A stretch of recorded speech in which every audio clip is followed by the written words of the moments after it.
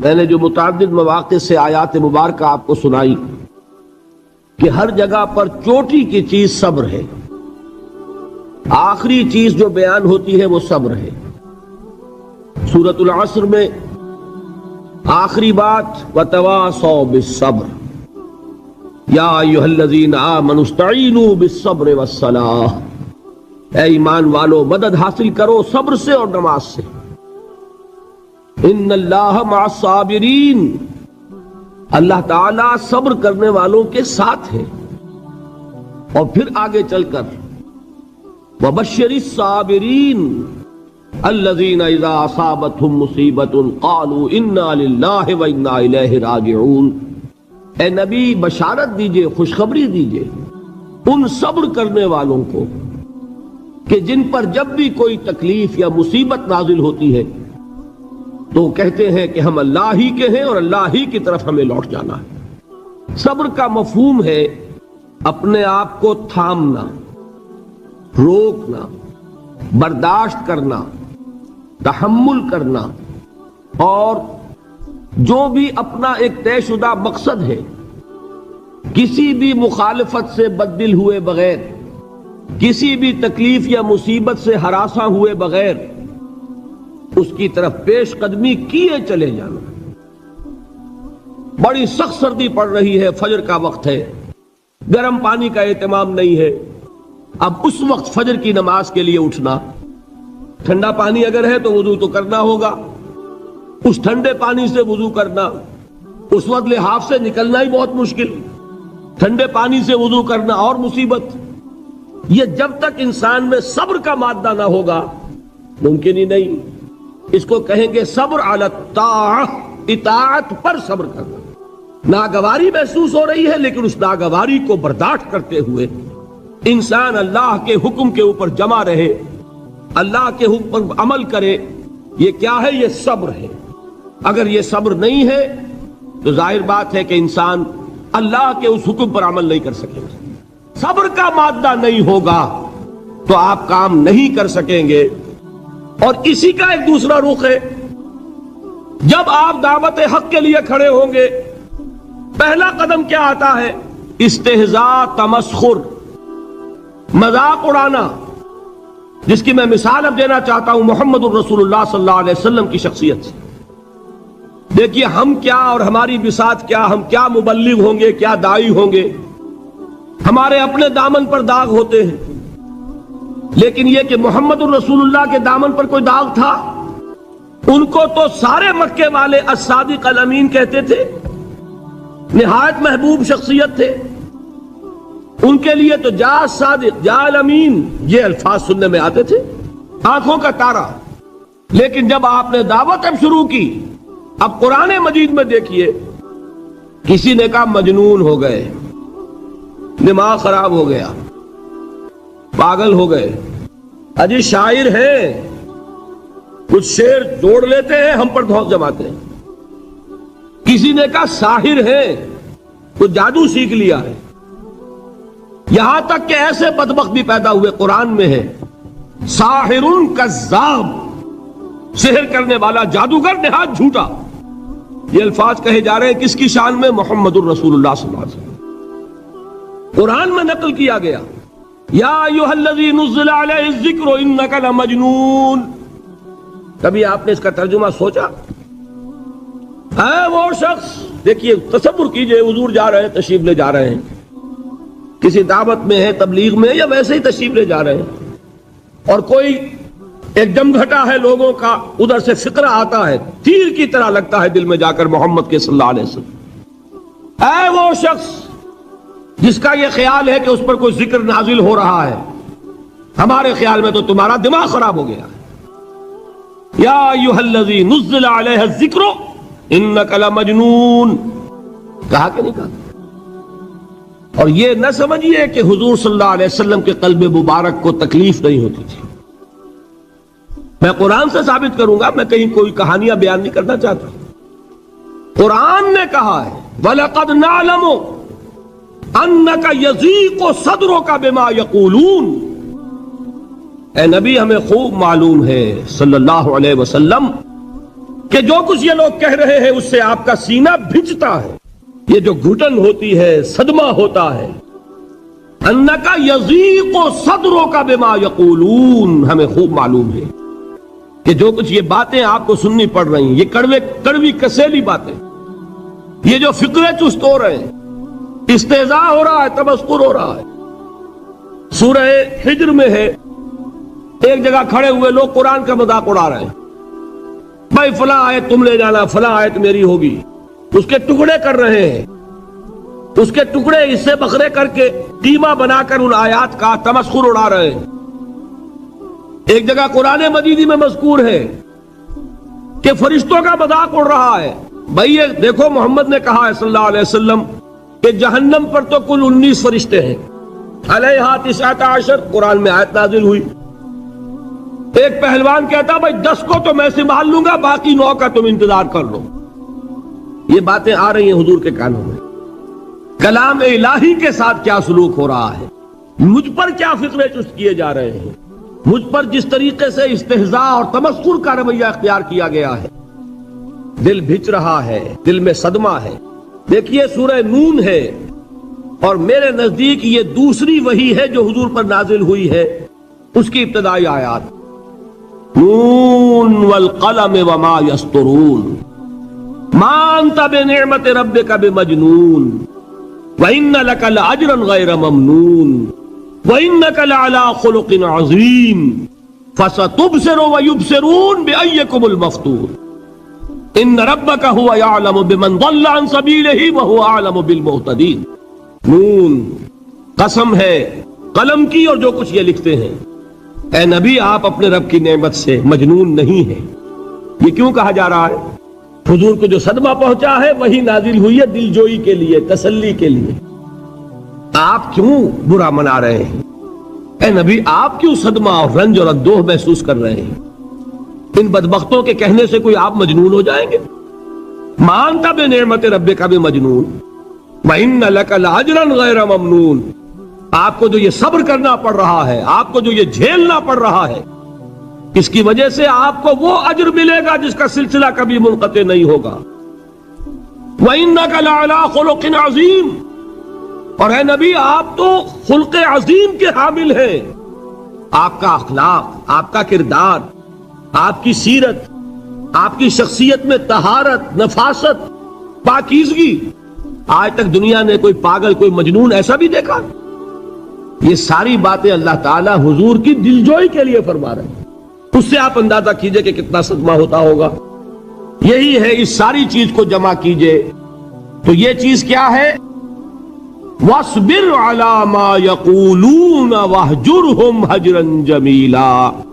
صبر کرو اے نبی، صبر کرو اے محمد صلی اللہ علیہ وسلم، جھیلو اور برداشت کرو اس پر جو یہ کہہ رہے ہیں. یریدون لیطفئوا نور اللہ بافواہہم، یہ چاہتے ہیں کہ اللہ کے نور کو اپنے منہ سے بجھا دیں، پھونکے مار کے ہی بس. نور خدا ہے کفر کی حرکت پہ خندہ زن، پھونکوں سے یہ چراغ بجھایا نہ جائے گا. یریدون لیطفئوا نور اللہ بافواہہم واللہ متم نورہ ولو کرہ الکافرون. یہ چاہتے ہیں کہ اپنے منہ کی پھونکوں سے اللہ کے نور کو بجھا دیں، حالانکہ اللہ تعالیٰ تو اپنے نور کا اتمام فرما کر رہے گا، خواہ ان کافروں کو کتنا ہی ناگوار ہو.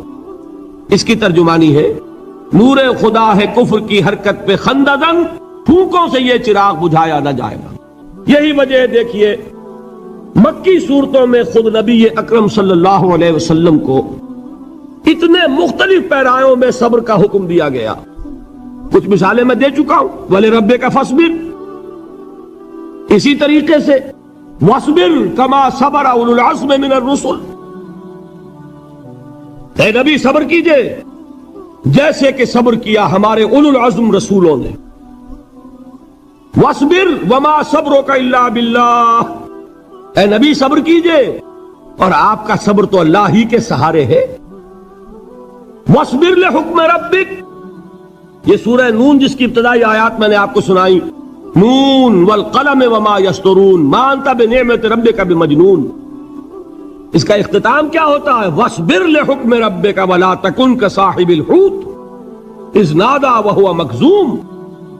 اے نبی صبر کیجئے اپنے رب کے فیصلے کا، انتظار کیجئے اور اس مچھلی والے کے مانند نہ ہو جائیے۔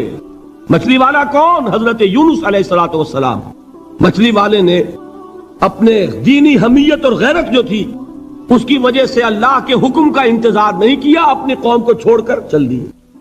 نبی کا، رسول کا یہ معاملہ ہوتا ہے۔ جیسے کہ آپ کو معلوم ہے کوئی افسر ہے کسی حکومت کا، وہ اپنی پلیس آف ڈیوٹی کو نہیں چھوڑ سکتا، he must stick to his place of duty. بڑے افسرز کے لیے تو یہ بہت بہت اہم بات ہے۔ تو اے رسول، جہاں آپ کو ہم نے تعینات کیا ہے آپ وہاں سے ہل نہیں سکتے کہ ذرا مخالفت ہوئی، لوگوں نے فقرے چست کیے اور آپ کہیں اور چل دیے، دفع ہوئیے، یہ بات نہیں سننا چاہتے، میں کسی اور کو سناؤں گا۔ ہو سکتا ہے نا؟ ہم تو کرتے ہیں نا یہ، اس لیے کہ ہمیں تو اللہ نے کہیں تعینات تو نہیں کیا نا۔ اگر ایک جگہ کے لوگ بات نہیں سنتے، چلو بھائی ہم کہیں اور جائیں گے، وہاں بات سنائیں گے۔ لیکن رسول کا معاملہ ہوتا ہے جو اس کی پلیس آف اپائنٹمنٹ ہے، he cannot leave his place without the express permission of Allah سبحانہ و تعالی۔ آپ نے یہ سنا ہوگا، سیرت کی تقاریر میں پڑھا ہوگا کہ مدینے کی طرف ہجرت کی اجازت حضور نے تمام صحابہ کو دے دی، خود منتظر رہے جب تک کہ اللہ کی طرف سے اجازت نہیں آ گئی۔ حضرت ابوبکر پوچھتے رہتے تھے حضور اجازت آ گئی کہ نہیں؟ نہیں ابھی نہیں آئی۔ حضور اذن آ گیا؟ نہیں آیا، ابھی نہیں آیا۔ حبشہ کی طرف سب کو بھیج دیا، اجازت دے دی جو جانا چاہے چلا جائے۔ حضور کی صاحبزادی جو حضرت عثمان کے نکاح میں تھی وہ بھی ہجرت کر رہی ہیں، لیکن حضور تو نہیں گئے۔ رسول نہیں چھوڑ سکتا اپنی جگہ کو، یہاں تک کہ تمام تقریباً صحابہ چلے گئے، حضور رہ گئے، حضرت ابوبکر رہ گئے، حضرت علی رہ گئے، اور حضرت ابوبکر پوچھ رہے ہیں بار بار اجازت آئی یا نہیں؟ نہیں ابھی نہیں آئی۔ حضرت عائشہ نے واقعہ بیان کیا کہ ایک روز اچانک دوپہر کے وقت ہم نے دیکھا کہ حضور نے اپنے پورے جسم کو ڈھانپا ہوا ہے، چہرے کو بھی کپڑے میں ڈھانکا ہوا ہے اور تشریف لا رہے ہیں۔ یہ اس میں تعجب کی بات یہ کہ عرب میں آج بھی آپ کو معلوم ہے کہ یہ چیز جو ہے ان کی روایات کے خلاف ہے کہ دوپہر کے وقت کوئی کسی سے ملنے جائے۔ یہ وقت جو ہے قیلولے کا ہے، آرام کا ہے۔ تو این ٹھیک دوپہر کے وقت تشریف لائے حضور، آپ نے آ کے حضرت ابوبکر سے فرمایا کہ اجازت آ گئی ہے۔ حضرت ابوبکر نے بہت خوش ہو کر ایک بات کہی، حضور میں نے 2 اونٹنیاں تیار کی ہوئی ہیں۔ یعنی اب آپ وہ تو سوچتے تھے نا شاباش ملے گی کہ میں نے تیاری کی ہوئی ہے، میں نے 2 اونٹنیوں کو خوب کھلا پلا کے فربا کیا ہوا ہے، بڑی توانا ہے تاکہ ہم تیزی کے ساتھ سفر کر سکیں۔ حضور نے توقف کیا، فرمایا ہاں ٹھیک ہے، 1 اونٹنی میں استعمال کروں گا لیکن میں اس کی قیمت ادا کروں گا۔ حضرت ابوبکر کی آنکھوں میں آنسو آ گئے، روتے ہوئے کہا حضور مجھ سے یہ مغایرت، کیا یہ جان اور مال کسی اور کے لیے ہے؟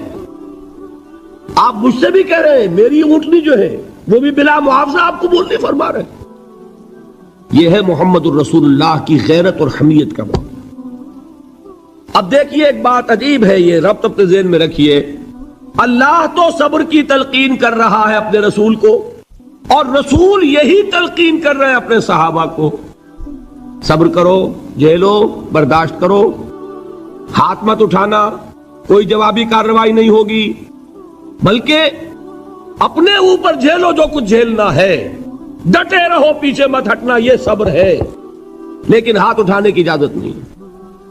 چنانچہ اب ذرا چشم تصور سے دیکھیے، ابو جہل اس نے جو بدترین روش اختیار کی، وہ ایک خاندان تھا حضرت یاسر، ان کی اہلیہ حضرت سمیہ، اور ان کے فرزند حضرت عمار رضی اللہ تعالی عنہم۔ یہ غلام نہیں تھے، حضرت سمیہ تو کنیز تھیں لیکن یاسر غلام نہیں تھے۔ ان کی کہانی یہ ہے، واقعہ یہ ہے کہ یہ بہت نیک آدمی تھے یاسر، یمن کے باشندے۔ انہیں کو خواب میں بشارت ہوئی کہ نبی کا ظہور ہونے والا ہے مکے میں، جاؤ شاید ان کے قدموں تک پہنچ جاؤ۔ یہ یمن سے ترک وطن کر کے مکے آ گئے۔ ابو جہل کا ایک چچا تھا، بہت شریف النفس انسان، اس کے ساتھ معاہدہ کیا حلیف بن کر اور وہ مکے میں رہنے لگے. اس لیے کہ یہ نوٹ کر لیجئے، مکہ اس وقت ایک قبیلے کا شہر تھا، صرف قریش. یا قرشی رہ سکتا تھا وہاں، یا قرشی کا حلیف، کہ اگر تو کسی قرشی نے آپ کو امان دی ہوئی ہے تو آپ رہ سکتے ہیں مکے میں، ورنہ نہیں. یا تیسرے قرشی کا غلام، غلام تو ملکیت ہی ہے اس کی، جیسے بھیڑ بکری ہے کسی قرشی کی، اسی طرح اس کے غلام ہے. یہ تین کیٹیگریز تھی انسانوں کی مکے میں. اسی کو نوٹ کیجئے کہ جو بیچارے غلام تھے وہ سب سے زیادہ ستائے گئے، اس لیے کہ غلاموں کے تو حقوق ہی کوئی نہیں تھے. بلال غلام تھے، ابو فقی غلام تھے، زنیرہ ایک کنیز تھی. ان کو جو ماریں پڑی ہیں اس کا آپ کو معلوم ہے. حضرت بلال کے ساتھ جو کچھ امیہ ابن خلف نے کیا، کہ جس طریقے سے کہ حیوانوں کی لاشیں جو ہے کھینچ کر گھسیٹ کر لے جائی جاتی ہیں، ان کی گردن میں رسی ڈال کر گھسیٹتے، اسی طریقے سے حضرت بلال کے گردن میں رسی ڈال کر ٹھیک دوپہر کے وقت مکے کی سنگلاخ گلیوں کے اندر گھسیٹا جاتا تھا. نیچے زمین جل رہی ہے توے کی طرح، اور ویسا بھی ہوتا تھا کہ چت لٹا دیا، اوپر سے وہ آگ مکے کا کہ سورج جو ہے ذرا نوٹ کیجئے، آگ برسا رہا، نیچے زمین توے کی طرح جل رہی ہے. اور ایک بھاری سل بھی لا کر جو ہے سر پر رکھ دی، چھاتی پر رکھ دی گئی ہے کہ آواز نہیں نکل رہی، جھاگ نکل رہے منہ سے. لیکن اس حال میں بھی احد احد احد، ایک ایک اللہ، قل هو اللہ احد، الفاظ نکل رہے. یہ ہے وہ صبر، صبر علی الابتلاء، صبر علی الایذاء. یہ ابتلاء اور ایذاء پر صبر ہے. جھیلو، برداشت کرو، اس توحید پر قائم رہو، محمد کی رسالت کے اقرار کرتے رہو صلی اللہ علیہ وسلم، لیکن ہاتھ نہیں اٹھانا. اب میں آپ کو بتا رہا تھا یہ تو غلام تھے، یہ جو تھے یاسر، یہ حلیف تھے، غلام تو نہیں تھے نا. البتہ وہ ابو جہل کے چچا کی کنیز تھی یہ سمیہ، انہوں نے اجازت لے کر ان سے نکاح کر لیا. یہ تو کنیز رہیں گی. بیٹا جو ہوا وہ بھی ایک طرح